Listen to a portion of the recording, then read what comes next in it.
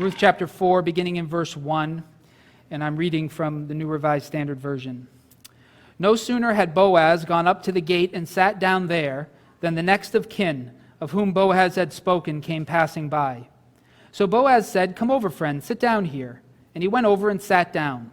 Then Boaz took 10 men of the elders of the city and said, "Sit down here." So they sat down. He then said to the next of kin, or the Redeemer, "Naomi, who has come back from the country of Moab, is selling the parcel of land that belonged to our kinsman Elimelech. So I thought I would tell you of it, and say, buy it in the presence of those sitting here and in the presence of the elders of my people. If you will redeem it, redeem it. But if you will not, tell me, so that I may know, for there is no one prior to you to redeem it, and I come after you." So he said, "I will redeem it." Then Boaz said, "The day you acquire the field from the hand of Naomi, you are also acquiring Ruth the Moabite, the widow of the dead man, to maintain the dead man's name on his inheritance." At this, the next of kin said, "I cannot redeem it for myself without damaging my own inheritance. Take my right of redemption yourself, for I cannot redeem it." Now this was the custom in former times in Israel concerning redeeming and exchanging. To confirm a transaction, the one took off a sandal and gave it to the other. This was the manner of attesting in Israel. So when the next of kin said to Boaz, "Acquire it for yourself," he took off his sandal. Then Boaz said to the elders and all the people, "Today you are witnesses that I have acquired from the hand of Naomi all that belonged to Elimelech and all that belonged to Chilion and Mahlon. I've also acquired Ruth the Moabite, the wife of Mahlon, to be my wife, to maintain the dead man's name on his inheritance, in order that the name of the dead may not be cut off from his kindred and from the gate of his native place. Today you are witnesses." Then all the people who were at the gate, along with the elders, said, "We are witnesses. May the Lord make the woman who is coming into your house like Rachel and Leah, who together built up the house of Israel. May you produce children in Ephrathah and bestow a name in Bethlehem. And through the children that the Lord will give you by this young woman, may your house be like the house of Perez, whom Tamar bore to Judah." So Boaz took Ruth, and she became his wife. When they came together, the Lord made her conceive, and she bore a son. Then the woman said to Naomi, "Blessed be the Lord, who has not left you this day without next of kin, and may his name be renowned in Israel. He shall be to you a restorer of life and a nourisher of your old age, for your daughter-in-law who loves you, who is more to you than 7 sons, has borne him." Then Naomi took the child and laid him in her bosom and became his nurse. The women of the neighborhood gave him a name, saying, "A son has been born to Naomi." They named him Obed. He became the father of Jesse, the father of David. Now these are the descendants of Perez. Perez became the father of Hezron, Hezron of Ram, Ram of Amminadab, Amminadab of Nahshon, Nahshon of Salmon, Salmon of Boaz, Boaz of Obed, Obed of Jesse, and Jesse of David. In the story today, as we look at the life of Ruth and of Boaz, we're going to be reminded of the danger of self-reliance.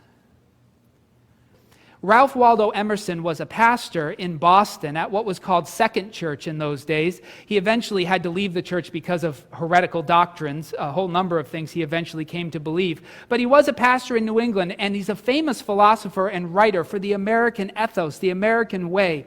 And one of his more popular essays is one called Self-Reliance. And this is what he writes in a portion of that essay. "There is a time in every man's education when he arrives at the conviction that envy is ignorance, that imitation is suicide, that he must take himself for better for worse as his portion, that though the wide universe is full of good, no kernel of nourishing corn can come to him but through his toil bestowed on that plot of ground which is given to him to till.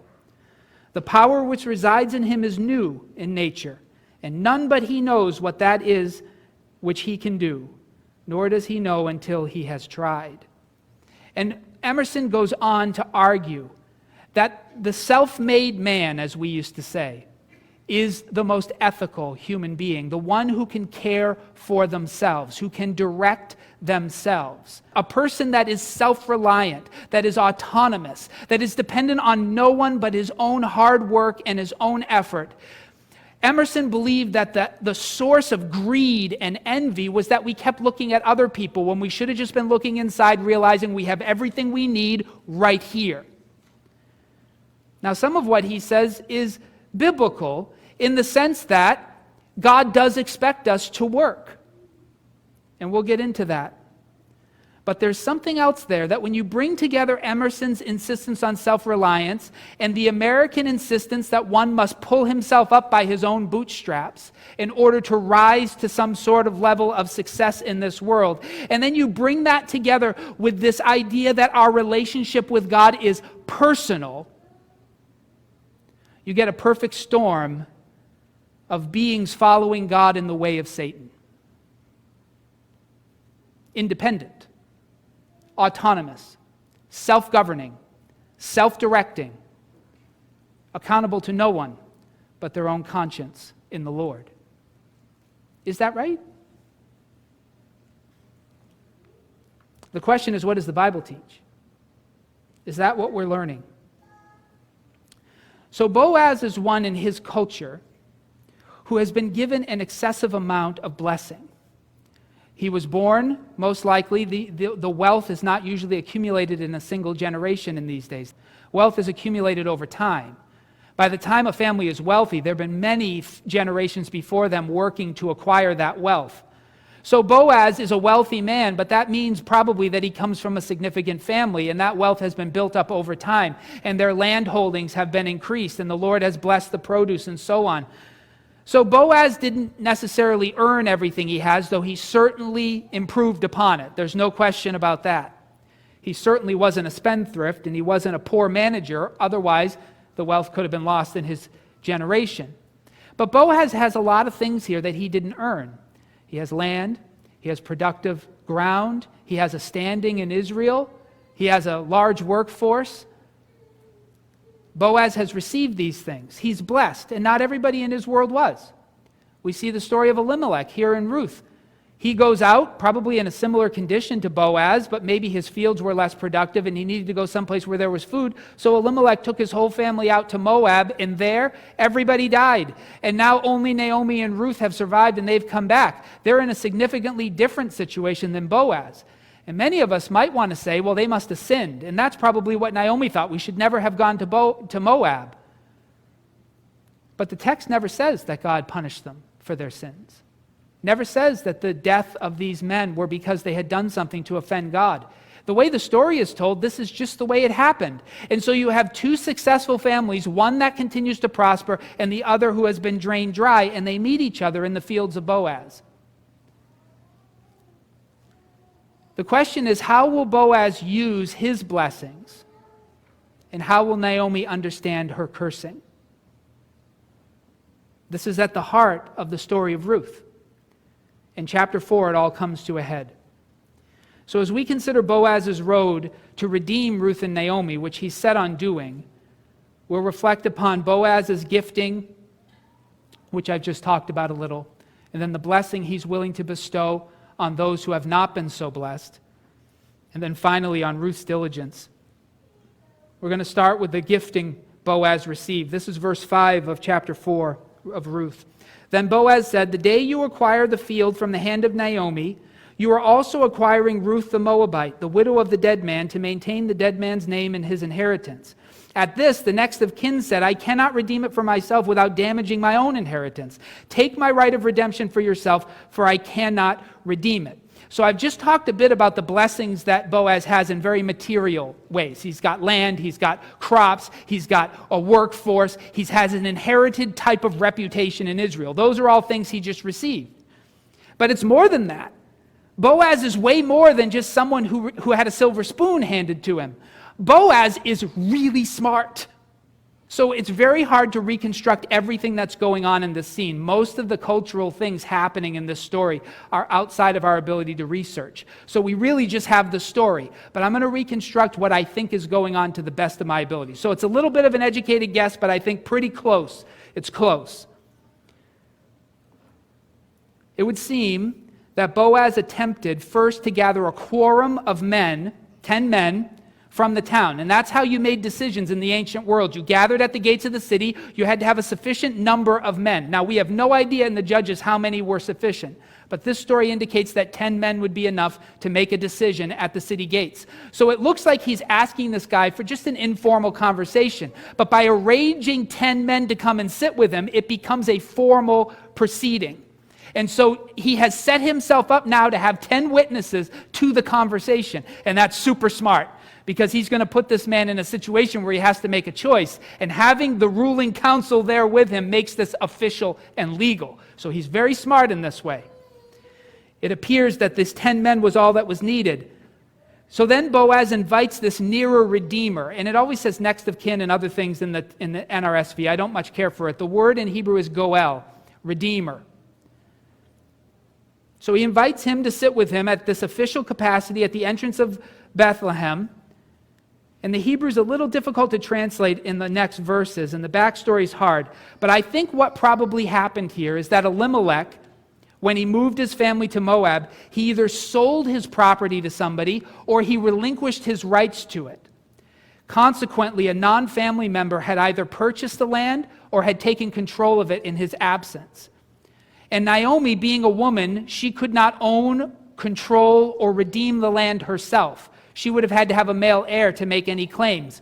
But apparently she still had rights to it. She could still sell it, even though she couldn't possess it. That's what it looks like. Maybe as long as the possibility of a male heir being born persisted, either through her or through Ruth, she had some legal claim to the land, which prevented other members of her family from redeeming it from whomever was in possession of it. In any case, Boaz informs the nearest redeemer, the one, according to the law of Moses, who had the first rights to redeem the land, that the land was available, that Naomi was willing to sell it. And given that information, you saw him. He's like, yeah, I'll buy that land. It must have been good land, right? I'll buy it. But then Boaz, he does something that's not required by the law, but he puts this man in a difficult situation because he informs the man that there is a living daughter-in-law, Ruth, and that the possibility of having a child to inherit the land still exists. And so the man did not have to do this by the law of Moses. He didn't have to redeem Ruth and raise up a child to inherit the land on behalf of Elimelech. He didn't have to do that. But what Boaz does is he says, now, in case you don't want to do this, I am willing to have a child with Ruth and let that child be the heir of Elimelech so this land won't be lost in Israel. Now, I'm not telling you what to do, and if you want to do that, you go ahead and do it, but I want everyone here to know I'm willing to do that if you would allow it. Well, now the man's in a pickle, because if he buys this land at his own cost, and then he raises up an inheritor in Elimelech's family, he's going to lose the land when that person comes to age. So it's a lose-lose for him. He doesn't see any benefit to doing it. He's like, I don't want to do this. I'm going to pay for the land and then have to give it away to this kid that I have to raise. I'm not going to do that. And so he says, oh, that would put my own inheritance at risk. He's saying that would complicate my financial matters. And since Boaz has said publicly he would do it, he says, well, if you're going to do that, then you go ahead and do it. He took off his sandal. I'm glad we don't settle things that way today. I don't know why. And even the writer of Ruth was aware that in the day that Ruth was written, they didn't do that anymore. So you notice that they had to tell the people. In those days, they used to do this. So obviously it didn't last. It wasn't like a good one. It wasn't a constitution anyone wanted to defend. So Boaz has very carefully, understanding the politics of his day and what was necessary to make formal arrangements, and being very careful in the way he presented what he would like to do, and still submitting to the law so the person with the first rights gets the first right to say yes or no. He very carefully navigates a very complicated social situation to make sure that, now there's no guarantee he would be the one to redeem Ruth. There was no way to guarantee that. This other nearer redeemer might have been willing. And the whole thing might have been fallen apart, but he allowed that because he's a righteous man. He's going to do it by the law, even if he could have manipulated it another way. But he puts the situation out there that Ruth is going to be redeemed one way or another, either by Boaz or by this nearer redeemer, which we probably guessed wouldn't do anything since nobody gave him a name. What Boaz is doing here is so uncharacteristic of people in the days of the judges that it's almost impossible to believe. I said this when we first started this series through Ruth.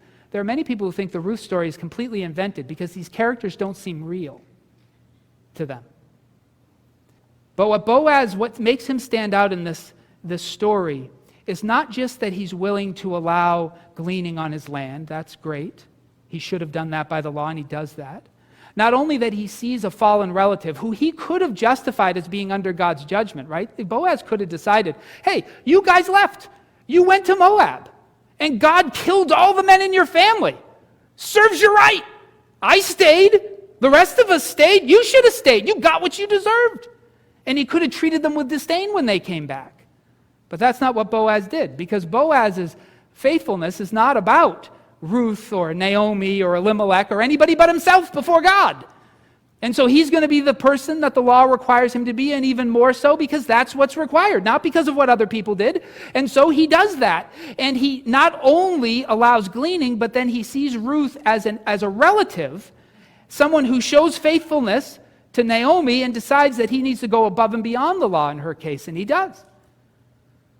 And then Naomi notices that Boaz is going above and beyond, and she sees an opportunity for Ruth to get a husband and make a life without her.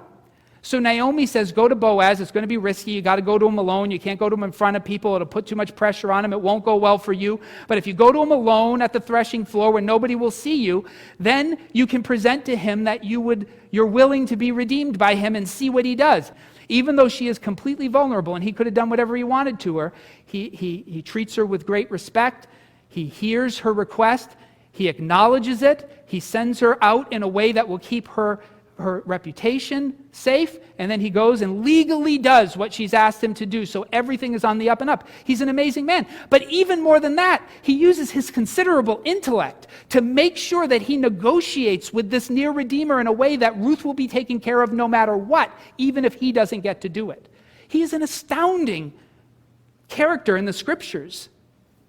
And he knows something that God said to Abraham all those years ago in Genesis chapter 12, that he would bless him for what purpose? To be a blessing to all nations. Boaz seems to realize that the blessings bestowed on him were for others.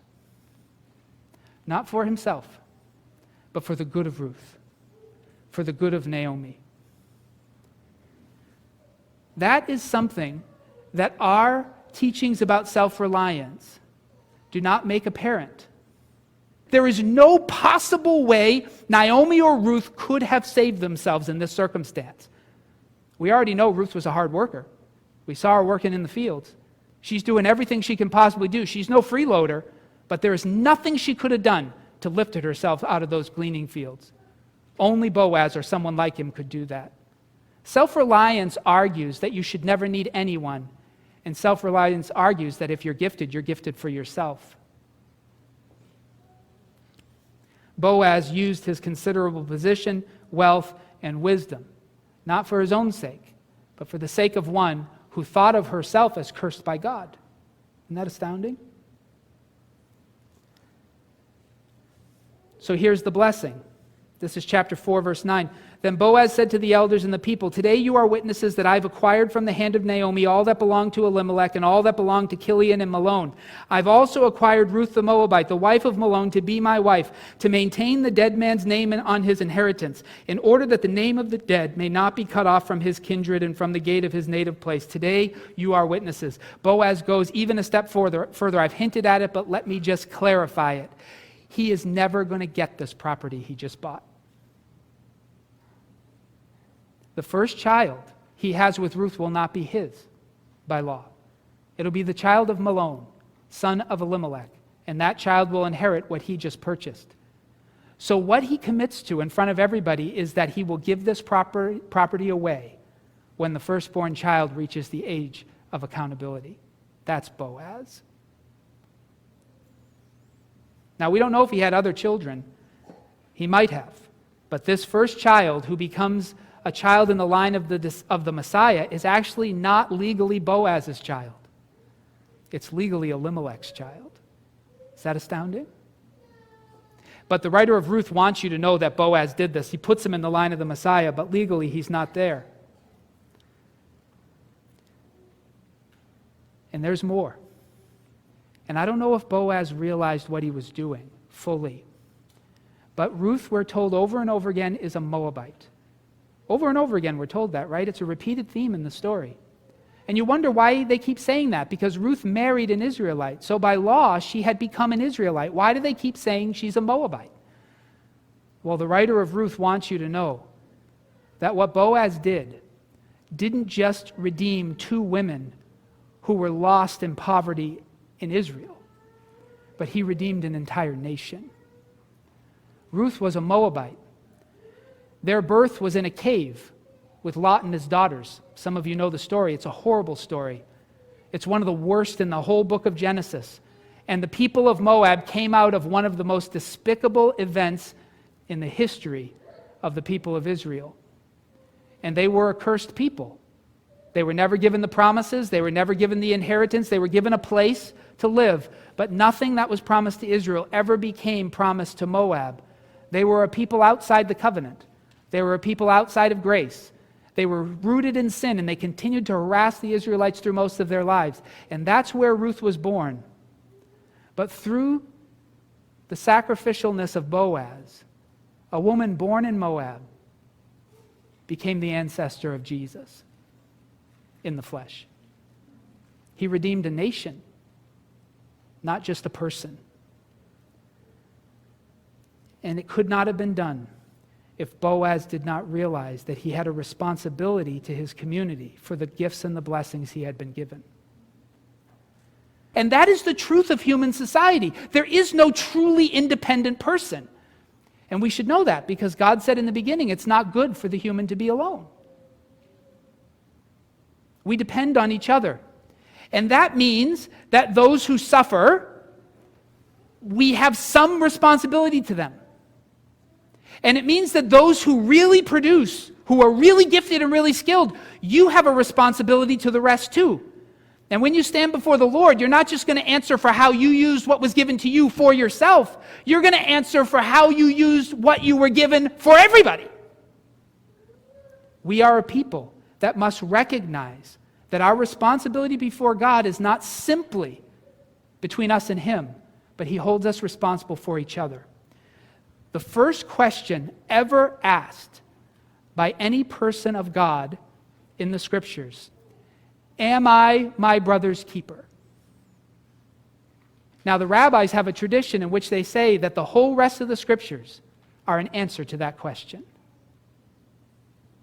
Are you your brother's keeper? Well, the answer to that is yes and no.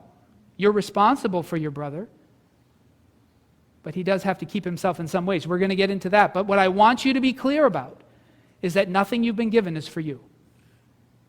Nothing you've achieved is for you. Nothing you've accomplished is by your own efforts alone. There has always been a community beneath you, and there is always a community to which you are responsible. Always. And God gives His gifts, this is in 1 Corinthians 12, for the good of the body. If you are truly to be Christians, you must use your gifts for others. So I want to talk a little bit about Ruth's diligence, just so we don't get the wrong idea. And I have to go to two passages in the New Testament to do this. Here's the question: does this mean then that those who have should always support those who do not have? Is this a have and have-nots conversation? Well, we're going to let the Scriptures guide us in that. If you can, turn to 2 Thessalonians chapter 3, verse 6. Paul writes these words to the people in Thessalonica: now we command you, beloved, in the name of our Lord Jesus Christ, to keep away from believers who are living in idleness, and not according to the tradition that they received from us. For you yourselves know how you ought to imitate us. We were not idle when we were with you, and we did not eat anyone's bread without paying for it. But with toil and labor we worked night and day so that we might not burden any of you. This was not because we do not have that right, but in order to give you an example to imitate. For even when we were with you, we gave you this command: anyone unwilling to work should not eat. For we hear that some of you are living in idleness, mere busybodies, not doing any work. Now such persons we command and exhort in the Lord Jesus Christ to do their work quietly and to earn their own living. Brothers and sisters, do not be weary in doing what is right. Take note of those who do not obey what we say in this letter. Have nothing to do with them, so that they may be ashamed. Do not regard them as enemies, but warn them as believers. So if you thought what you heard me saying was some sort of social thing, you're wrong. We are responsible to work. And Ruth was doing that, wasn't she? She was working her tail off.